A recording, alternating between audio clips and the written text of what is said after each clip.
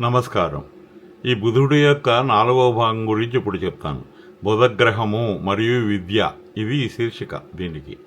అయితే బుధగ్రహము దాని యొక్క విశేషము చెప్పాలంటే, ఈ విద్యా వ్యవస్థ ఎలా ఉందంటే మొత్తం అంతా కూడా గురుకులంలో ప్రారంభమైన ఈ విద్యా వ్యవస్థ కృత్రిమ మేధస్సు దాకా వచ్చింది. అంటే ఏ అంటాం కదా, దాని దాకా వచ్చింది ప్రస్తుతం.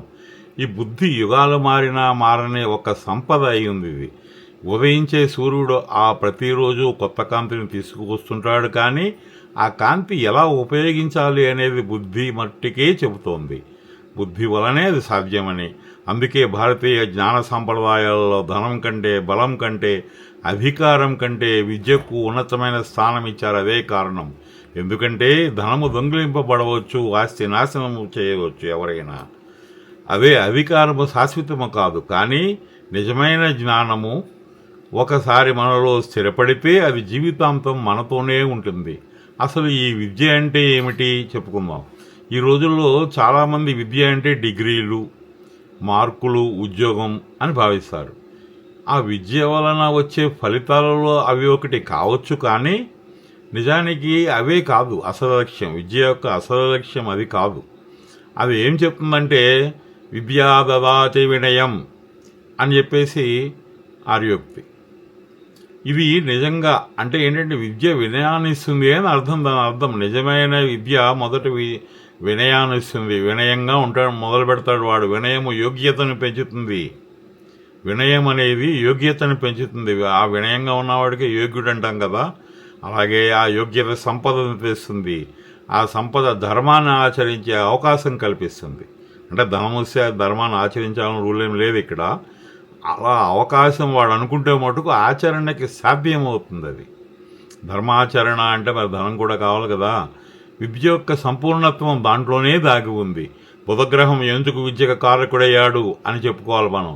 జ్యోతిష్య సాంప్రదాయాల ప్రకారము విద్య అనేది కేవలం గుర్తుంచుకునడం కాదు, చదివిన జ్ఞానాన్ని అర్థం చేసుకున్న దాన్ని తిరిగి వినియోగింపగలగటం. అంటే విశ్లేషించటము, వినియోగించటము, అది సరైన సందర్భంలో ఉపయోగించటము. ఇది మొత్తం ప్రక్రియ బుధుని యొక్క కారకత్వం, బుధగ్రహ కారకత్వముకి అనుసంధానించారు దీన్ని. అందుకే బుధగ్రహం కేవలం పాఠశాల విద్యకే కాదు, జీవిత విద్యకు కూడా పరీక్షనిస్తుంది. అది గురుకులంలో చెప్పిన రహస్యం.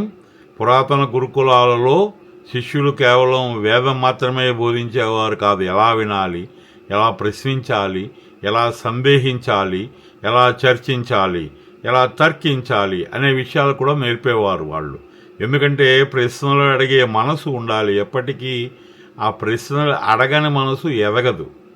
జిజ్ఞాస జ్ఞానానికి మూలం అది. జ్ఞాన సముపార్జన జిజ్ఞాస ఉంటేనే జరుగుతుంది. ఇక్కడ ఒక చిన్న కథ మళ్ళీ చెప్తాను. ఒక మహర్షి తన శిష్యుల్ని అడిగారు, ఈరోజు మీరు ఏమి నేర్చుకున్నారు అని. మొదటి శిష్యుడు అన్నాడు, గురుదేవా, ఈరోజు నేను 10 శ్లోకాలు కంఠస్థం చేశాను. మరొక శిష్యుడిని అడిగారు. వాడు, నేను ఒక కొత్త తర్క విధానాన్ని నేర్చుకున్నాను ఈవేళ. మూడవ శిష్యుడు నమస్కరిస్తూ చెప్పాడు, గురుదేవా, ఈరోజు నాకు అన్నీ తెలుసుందని అనుకునేవాడిని ఇప్పటి వరకు, కానీ ఈరోజు నాకు తెలిసింది ఇంకా నేను ఎంతో నేర్చుకోవాలని. ఈరోజు నిజంగా విద్య నేర్చుకున్నది ఈ మూడవ శిష్యుడే అని ఈయన చెప్పారు ఆచార్యులు. జ్ఞానం ప్రారంభమయ్యేది అతని అజ్ఞానాన్ని గుర్తించినప్పుడు మట్టుకే. అది ముఖ్యమైన విషయం. కాలం మారింది, విద్య మారింది, విద్యా రీతులు మారినాయి, విద్యా అభ్యాస విధానాలు మారినాయి, తాళపత్రాలు పోయినాయి. తర్వాత కాగితం వచ్చింది. కాగితం తర్వాత ముద్రిత గ్రంథాలు వచ్చాయి, ప్రింటింగ్ బుక్స్. ఇప్పుడు కంప్యూటర్లు, ఇంటర్నెట్, కృత్రిమ మేధస్సు అంటే AI.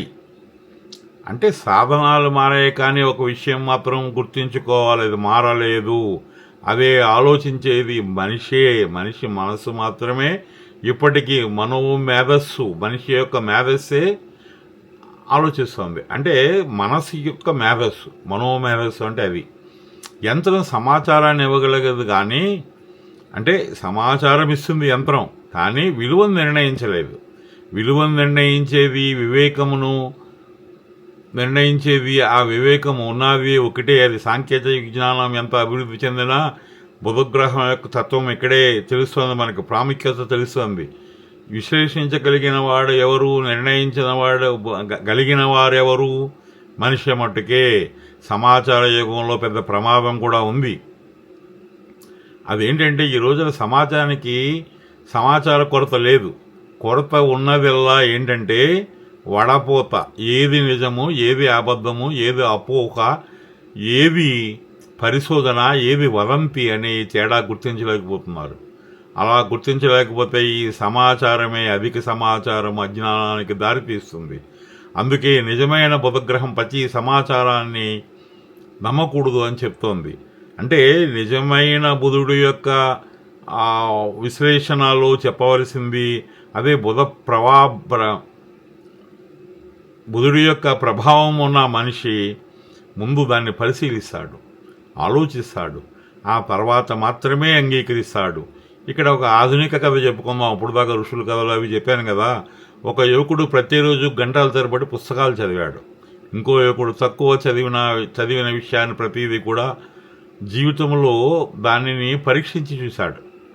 కొన్ని సంవత్సరముల తర్వాత మొదటి యువకుడికి సమాచారం చాలా ఎక్కువ ఉంది వాడి దగ్గర. రెండవ యువకుడి దగ్గర అనుభవం ఉంది, సమాజ అనుభవము, జీవిత అనుభవం ఉంది. అనుభవం ఉన్నవారికే ప్రజలకి సలహాలు ఇవ్వగలుగుతారు. సమాచారం ఉన్నవాడు సలహా ఇవ్వలేడు.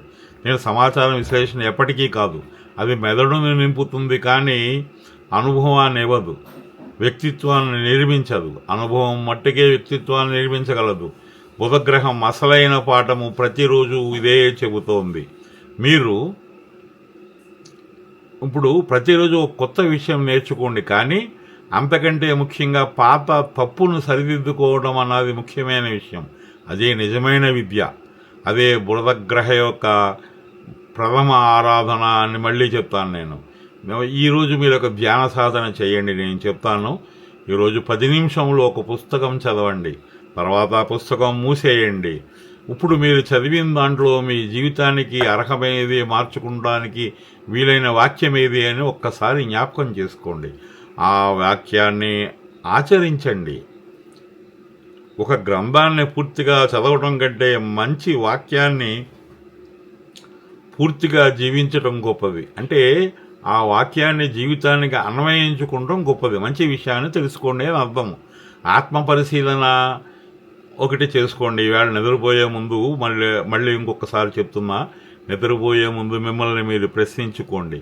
ఈరోజు నేను కొత్త సమాచారాన్ని సంపాదించగలిగానా, కొత్త అవగాహనను పొందానా? ఈ రెండింటికి మధ్య తేడా తెలుసుకున్న రోజే బుధగ్రహం యొక్క గొప్పతనం మీకు తెలుస్తుంది. మీ జీవితానికి బుధుడు గురువుగా మారిపోతాడు. ఇది ఇప్పటికిది. మళ్ళీ తర్వాత దాంట్లో బుధుడు యొక్క విశేషాలలో వాక్పటిమ ముఖ్యమైనది అని కూడా చెప్తాం. మాట ఎందుకు ఆయుధం అవుతుంది, ఔషధం కూడా అవుతుంది. వేద సాంప్రదాయాలు, రాజనీతి, న్యాయశాస్త్రము, ఆధునిక కమ్యూనికేషన్ దృష్టిలో కూడా వాక్కు యొక్క మహత్తర పాత్ర ఏంటి అని చెప్తాను తర్వాత భాగంలో. ఎప్పటికింతే.